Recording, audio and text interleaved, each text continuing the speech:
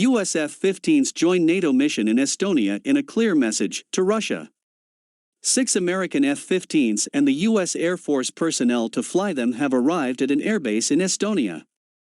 The deployment is just part of the Biden administration's efforts to bolster NATO defenses on the far eastern edge of Europe amid soaring tension with Russia.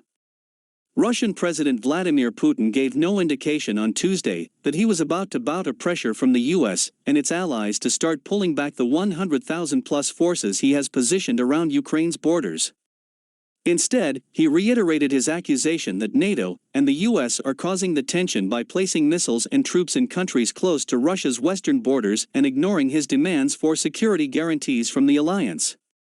Putin accused the U.S. of using Ukraine as a pawn in a bid to contain Russia, portraying his own country as the victim even though the current crisis grew out of his still unexplained decision to deploy tens of thousands of troops around Ukraine's borders. The Kremlin has insisted for months that it's merely for exercises, and that Russia can do what it wants with its own forces on its own soil. But it was only 8 years ago that Putin's forces last pushed into Ukraine, to fight alongside separatists who are still locked in battle with Ukrainian troops in the country's east, and to facilitate his annexation of the Crimean Peninsula away from his neighbor.